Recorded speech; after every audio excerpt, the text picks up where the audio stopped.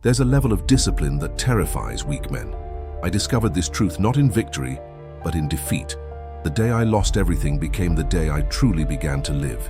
If this resonates with you, subscribe to the channel, hit the notification bell, and comment what impacted you the most. I remember the weight of the sword in my hand, the tremble of uncertainty in my fingers, not the confident grip of a master, but the desperate clutch of a man afraid to lose. For years I had convinced myself and others that I was unbreakable, my name whispered with reverence among warriors, my technique studied by those seeking power. Yet beneath the armor of reputation, a weakness festered, one more dangerous than any blade that had drawn my blood. The morning fog hung heavy around the mountain temple, where I sought refuge after my humiliation. Defeat had stripped me bare, revealing what I had always feared, that perhaps I was not exceptional, merely lucky.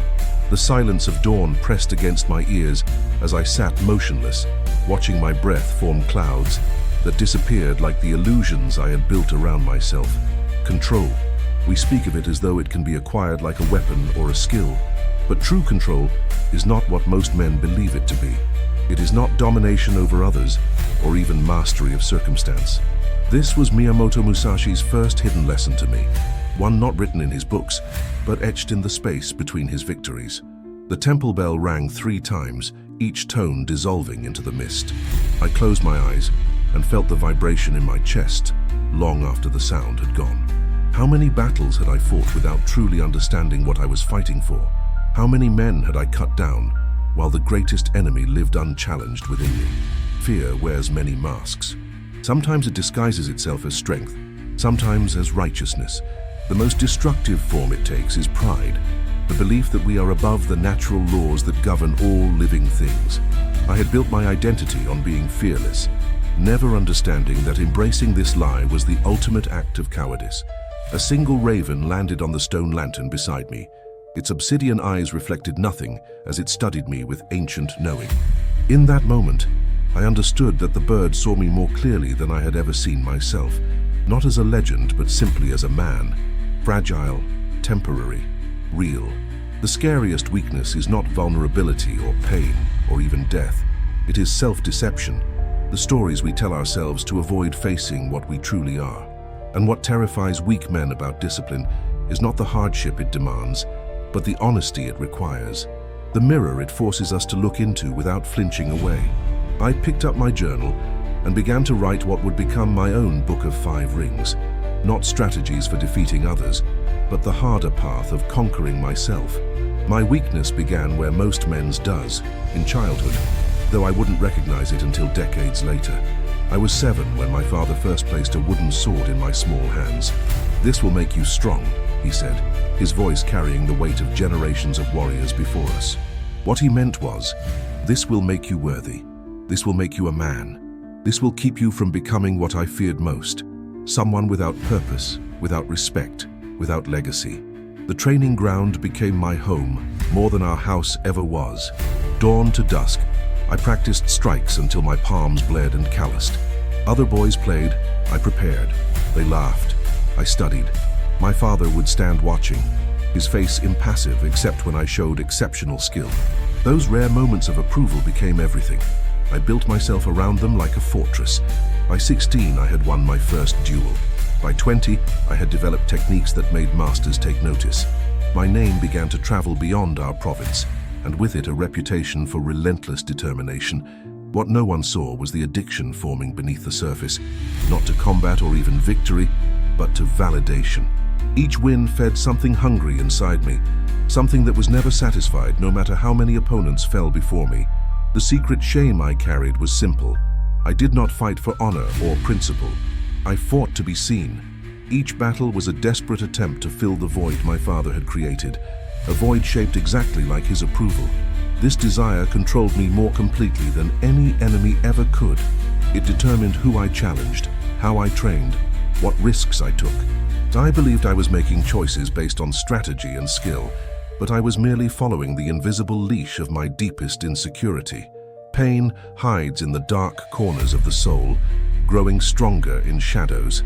My father died when I was 25, taking with him any possibility of hearing the words I had structured my entire existence around earning. I fought more fiercely after his death, as though victory could somehow reach him beyond the grave. The path of the warrior became not my calling but my hiding place. There is a particular kind of loneliness that comes from being surrounded by admirers who worship a version of you that doesn't exist. They cheered for Musashi the Invincible, while I lay awake at night haunted by dreams of inadequacy. The greater my legend grew, the more hollow I felt inside. My techniques were flawless, my spirit fractured. This is what the ancient texts never mention, how the greatest warriors often begin as wounded children, transforming their damage into power. We speak of strength as though it emerges fully formed from nothing, but true power is usually forged in the fires of compensation. We become exceptional at what saves us from our deepest fears. The origin of my weakness was mistaking external validation for internal worth. I had mastered the sword, but remained a servant to approval. And like any master, this one was cruel and demanding, never granting lasting peace. It would take a defeat so complete, so humiliating, that I could no longer hide from myself to begin the journey toward true strength. Not the kind that others see, but the kind that allows you to face yourself in the stillness of night without flinching away from what you find there. After my defeat, I disappeared, not just from the eyes of others, but from my own understanding of who I was. If I was not the undefeated master, then who? This question haunted me as I wandered the mountain paths, sleeping in caves and surviving on what I could forage. My sword remained sheathed. I had no desire to hold it, much less wield it. The identity I had built lay shattered, and I had no blueprint for reconstruction. On the 30th day of my exile, rain fell so heavily that the world became a curtain of water. I found shelter in an abandoned temple, its roof half collapsed but still offering some protection. As thunder crashed overhead, I noticed an inscription carved into the stone floor, partially hidden by years of dirt and moss. I cleared it away to reveal a single word: Dokudo, the way of walking alone. I recognized it immediately as a concept attributed to my namesake, the legendary Miyamoto Musashi. In his final years, he had distilled his lifetime of battle wisdom into 21 principles for living authentically. Not techniques for defeating others, but a method for conquering the self. I had studied his combat teachings extensively, but had always overlooked this final work, seeing it as the sentimental musings of an aging warrior past his prime. Now, drenched and defeated, I was finally ready to understand. That night, by the light of a small fire, I remembered the principles and wrote them on a scrap of paper I carried. Accept everything just the way it is. Do not seek pleasure for its own sake. Do not, under any circumstances, depend on a partial feeling. Each statement cut through me like a blade, revealing how I had lived in opposition to these truths. I had rejected reality when it didn't match my expectations. I had chased the pleasure of victory and recognition. I had allowed partial feelings, glimpses of approval, moments of pride, to dictate my entire existence. The most profound principle, the one that became my North Star, was simple. Do not seek to possess either goods or fiefs for your old age. I had always interpreted this as practical advice about material possessions. Now I understood its deeper meaning. Do not attach your identity to anything external, even accomplishments or skills. These are as impermanent as physical possessions, as changeable as weather. True strength comes from detachment, not accumulation. Dawn broke with unexpected clarity. The storm had passed, and with it, something in me had shifted. I began to practice what I would later call the discipline of presence, a state of complete attention to the moment without judgment or attachment. When I ate, I just ate. When I walked, I just walked. When thoughts of my defeat or my former glory arose, I observed them without becoming entangled, like watching clouds pass across the sky. This method was not passive resignation, but active engagement with reality as it actually was, not as I wished it to be. It required more courage than any battle I had fought. To face each moment without the armor of expectation or the weapon of desire demanded a different kind of strength. Not the toughness that withstands external pressure, but the resilience that accommodates internal truth. If this has made you reflect, comment what has impacted you most so far. The journey toward authentic power requires witnesses, fellow travelers who recognize the path. Like you, perhaps, I had to lose everything I thought I was to discover who I might become. The transformation was not immediate. No true change ever is. But in that abandoned temple, I found the beginning of a way forward, not back to who I had been, but towards something both simpler and more profound. A warrior who understood that the greatest battle would never be fought with swords. The real war began when I left the mountains. Returning to the world of men, I found that while my mind had embraced new wisdom, my instincts remained unchanged. The first time someone recognized me and whispered my name with reverence, I felt the old hunger stir, that craving for acknowledgement that had driven me for decades. My newfound philosophy evaporated like morning mist, and I stood teetering between two selves, the man I had been and the man I aspired to become. This is the battle they don't prepare you for. No master can teach you how to fight your own nature. No technique exists for defeating the enemy that knows your every weakness because it is you. I would wake before dawn, practicing the discipline of presence, feeling centered and clear. Then by midday, I would find myself constructing elaborate fantasies about reclaiming my former glory, planning duels that would restore my reputation, imagining the admiration that would follow. The mind is a master of sabotage. It creates compelling narratives that lead us back to familiar pain, disguising them as paths to redemption. Just one more victory, it whispered. Prove that your defeat was an anomaly. Show them who you truly are. The seduction of this thinking was nearly irresistible because it spoke in my own voice, used my own reasoning, and appealed to my deepest insecurities. I remember standing at the edge of a village training ground, watching young warriors practice. One recognized me and invited me to demonstrate a technique. My hand moved to my sword hilt, pride rising like a tide. In that moment, I caught my reflection in a water barrel, not the image of the legendary Musashi, but simply a man at war with himself. I walked away without a word, leaving confusion in my wake. That night, I wrote in my journal, "Victory over self is more difficult than victory over 1,000 enemies, for it provides no audience and wins no acclaim. The pain of transformation is unlike any other suffering. Physical wounds have borders. You can point to where they begin and end. The agony of becoming is boundless, extending into every aspect of your being." There were days I contemplated returning to my old ways, not because I believed in them anymore, but because sameness, even destructive sameness, offers a kind of comfort that change cannot provide. 6 months into my new path, I experienced what the Zen monks call the Great Doubt. I questioned everything: the validity of my new beliefs, the possibility of genuine change, even the value of striving for authenticity in a world that rewards appearance. This doubt was not intellectual but existential, a dark night that seemed to have no end. I meditated for 3 days without food or rest, searching for certainty and finding none. On the third night, exhaustion overwhelmed me. As I drifted into the space between wakefulness and sleep, a memory surfaced, not of battle or glory, but of being a child, practicing sword forms alone as snow fell silently around me. I remembered the peace I had felt before achievement became my master, before validation became my purpose. In that memory lay a truth I had forgotten. I had once loved the way for its own sake, not for where it might lead or what it might bring. The relentless need to prove myself had robbed me of this purity.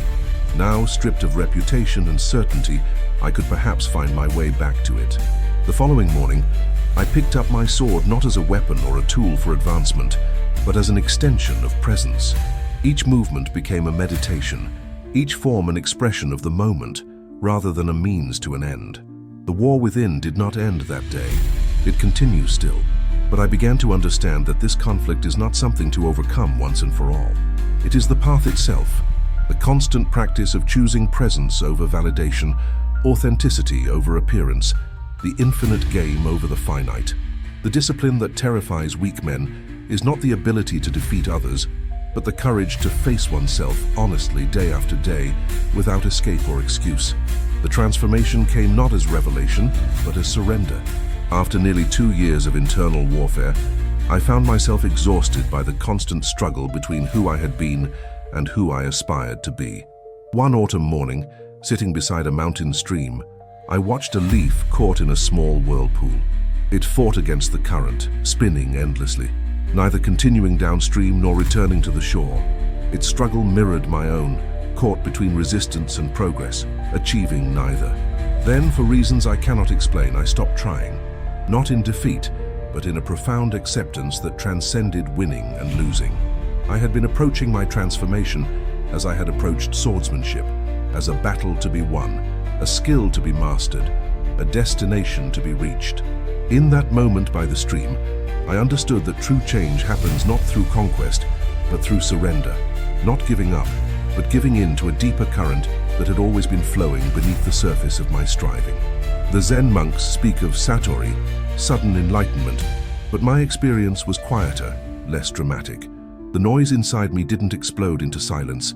It simply began to fade, like a storm gradually moving beyond the horizon. I stopped fighting myself and began observing with compassion the patterns that had defined me. My addiction to validation, my fear of insignificance, my habit of measuring my worth through others' eyes. I watched these tendencies arise without judgment or resistance, and in that watching, their power over me began to diminish. I returned to the discipline of Dokudo with new understanding. Do not act following customary beliefs, one principle states. I had interpreted this as advice to be original in technique or strategy. Now I saw its deeper meaning. Do not live by the measurements and values that society imposes. Do not allow external metrics to determine internal worth. This was not rebellion, but liberation, freeing myself from the prison of others' expectations and my desperate need to meet them. The most visible sign of my transformation emerged in my swordsmanship. Paradoxically, as I detached from the need to demonstrate mastery, my skill deepened. Movement became effortless, intuition sharper. I no longer calculated advantage or planned sequences of attacks. There was only the perfect present moment, containing all possibilities and requiring no validation. I practiced now not to become better than others, or even better than my previous self, but simply as an expression of presence, the sword an extension of awareness rather than ambition. This detachment unsettled those who sought me out. They came expecting the legendary warrior, hungry for glory, eager to absorb techniques that would elevate them above their peers. Instead, they found a man who spoke more of attention than achievement, who seemed indifferent to victory, who taught presence rather than power. Some left disappointed, others stayed, sensing that what I offered, while less immediately gratifying than combat techniques, contained a more enduring truth. Death and rebirth are not metaphors but actualities. The self is not fixed but fluid, constantly dying and being reborn with each choice, each moment of awareness or unconsciousness. My former identity, the glory-seeking, validation-hungry warrior, had died not in a dramatic final battle, but through 1,000 small surrenders to what is, rather than what I wished would be. What emerged was not a perfect being or an enlightened master, but simply a man more at home in his own experience, less driven by the ghosts of approval and reputation. This is the secret that terrifies weak men about true discipline, that it requires not just action but surrender, not just effort but acceptance. It demands that we release our grip on the very identities we have constructed with such care and cost. The strongest are not those who never fall or fail, but those who have learned to die and be reborn, again and again, without clinging to what was or grasping for what might be. I began to understand Musashi'S most cryptic teaching: do not seek to possess. Not possessions or territories as I had first thought, but identities, certainties, even strengths. True power flows through us when we stop trying to own it, when we become a vessel rather than a vault. The leaf that had been caught in the whirlpool was finally free to continue its journey, not by fighting the current, but by becoming one with it. The test came 3 years after my defeat, on a rain-soaked evening when the world seemed wrapped in grey. I had established a small school in a remote village, teaching not just swordsmanship, but the way of presence I had discovered. My students were few, those willing to embrace a path that promised no glory, no quick advancement, only the slow unfurling of awareness. We practiced in a clearing by a forest, our movements accompanied by birdsong and wind, rather than the shouts and clash of traditional dojos. That evening, as rain turned the practice ground to mud, a group of warriors appeared at the edge of the clearing. At their center stood Kojima, the man who had defeated me years before. His victory over the formerly invincible Musashi had made him famous, had given him what I had once craved: recognition, reputation, the validation of being known as the best. "We've come to see if rumors of your return are true," he called across the distance between us. "They say you've become a philosopher rather than a warrior, that you hide here teaching riddles instead of techniques." His men laughed, the sound sharp against the soft patter of rain. I felt something stir in my chest, not anger but an old familiar hunger, the desire to prove myself, to correct his perception, to demonstrate that my new path was not weakness but its opposite. My students tensed, looking to me for a response. In that moment, everything I had learned, everything I had become was tested. The old me would have drawn my sword immediately, would have seen this as the perfect opportunity to reclaim what I had lost, to show not just Kojima, but the world that I remained powerful, relevant, exceptional. The thought flashed through my mind like summer lightning, swift and seductive, but beneath that thought ran a deeper current of awareness. I recognized the hunger for what it was, not a guide to action, but a remnant of old conditioning, a ghost that could still speak but no longer commanded. I felt it rise and then, like a wave returning to the sea, subside into something larger and more peaceful. "You've traveled far in poor weather," I said, my voice calm against the rain. "Join us for tea." Not a challenge, not a defense, not even an explanation, just an invitation to the moment as it was. Kojima's expression shifted from mockery to confusion. This was not the response he had anticipated, not the reaction his challenge had been designed to provoke. The script he had prepared suddenly useless. "Do you not remember me?" he demanded, taking a step forward. "Do you not remember your defeat?" I met his gaze directly. "I remember everything," I said.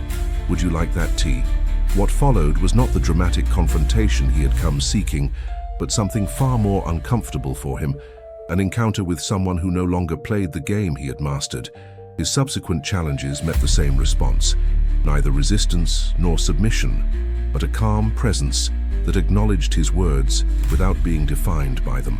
His men grew restless, their purpose increasingly unclear. Eventually, something in Kojima's demeanor changed. The rigid stance of the challenger softened almost imperceptibly.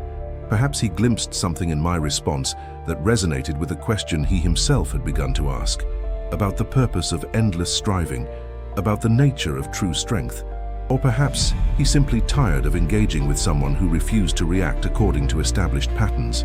"Another time," he said, finally turning to leave.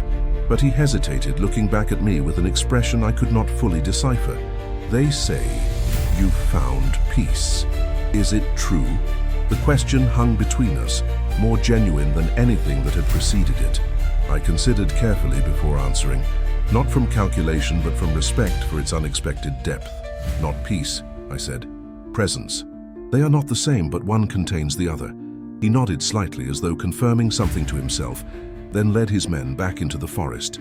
As they disappeared into the mist and rain, I realized I had passed through something essential, not a test of skill or courage as I had faced countless times before, but a test of transformation. The old triggers had been pulled, but they no longer controlled my responses. The warrior who lived for validation had truly died, replaced not by someone perfect or enlightened, but by someone free. That night I wrote in my journal, "True victory is not defeating another, but becoming so completely yourself that no external force can pull you from your center." The words seemed to write themselves, emerging not from thought but from the direct experience of standing in the rain, face to face with my past, and remaining fully in the present. Years have passed since that rainy encounter. My hair has grayed, my body bears new scars, not from battles with others, but from time itself, the most patient and undefeated opponent we all face. My school has grown, though not in the way traditional dojos measure success. We have no tournaments, award no ranks, display no trophies. Those who come to us seek something different, not advancement, but awareness, not power over others, but mastery of themselves. What I have discovered in these quiet years is Musashi's hidden lesson, the truth that underlies all his teachings on strategy and combat. The greatest weakness that destroys men is not fear or hesitation or even lack of skill. It is attachment to identity, to outcome, to the illusion of control. We become so invested in who we believe ourselves to be that we cannot adapt when life inevitably changes. We grip so tightly to our plans and desires that we strangle the very possibilities that might save us. We mistake rigidity for strength, forgetting that the mightiest oak breaks in the storm while the flexible reed survives. This attachment manifests differently in each person. For some, it appears as the need for constant validation, the exhausting performance of worthiness I knew so well. For others, it emerges as rigid adherence to beliefs or traditions long after they have ceased to serve. For still others, it takes the form of possessiveness, of people, positions, or possessions, but the root is always the same: the desperate attempt to create certainty in an inherently uncertain world, to establish permanence in the midst of inevitable change. The discipline that terrifies weak men is not the harsh regimen of the warrior, though that has its place. It is the gentle but relentless practice of releasing attachment, of showing up fully for each moment, without demanding that it conform to our expectations or advance our agenda. This discipline requires us to die and be reborn daily, to hold our identities lightly rather than clutching them like shields against the unknown. It asks us to be warriors not through conquest, but through surrender to what is true rather than what we wish were true. I think often of the leaf caught in the whirlpool, spinning endlessly between resistance and progress.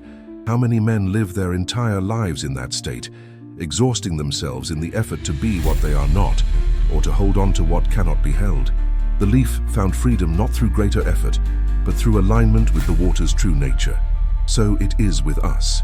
Our strength emerges not from fighting reality, but from flowing with it, not from asserting our will against the current, but from discovering how our deepest nature is already in harmony with the way things are. On clear nights, I still practice with my sword under the stars, not to become better or to prepare for some future challenge, but simply as a way of being fully present in my body, in this moment, in this breath. The sword rises and falls, catches moonlight on its blade, becomes an extension not of my will but of my awareness. These moments contain everything: the ambitious young warrior I was, the defeated man I became, the present awareness I now embody, and the dust to which I will return. Nothing excluded, nothing grasped, nothing rejected. This is the final revelation. We are not what we achieve or acquire. We are not our victories or our defeats. We are not even our insights or transformations. We are the awareness that witnesses all of these, boundless, clear, already complete. The journey from fear to fearlessness, from weakness to strength, from attachment to freedom, is not a movement from one state to another. It is the gradual recognition of what has been true all along. The scariest weakness that destroys men is believing they must become something other than what they already are at their core, whole, worthy, inseparable from the universe that birthed them. The greatest strength is the courage to test this truth in the laboratory of daily life, to practice presence, even when everything within and around you clamors for escape, to remain open when every instinct urges you to close. I do not know what challenges you face, what battles rage within you, what attachments still bind you to suffering, but I know that the same awareness that flows through me flows through you as well. The same potential for presence, for freedom, for alignment with what is true rather than what you fear or desire. This is not philosophy but invitation to discover for yourself what no teaching can give you, what no master can bestow. Comment from which city or country you are listening to me now. Not to satisfy my curiosity, but to remind yourself that you are not alone in this practice. Across mountains and oceans, through different languages and cultures, the essential journey remains the same. From the prison of attachment to the freedom of presence, from the weakness of grasping to the strength of being. This is Musashi'S hidden lesson, whispered not in ancient texts but in the silence between your thoughts, in the space between your breaths, in the awareness that reads these words right now.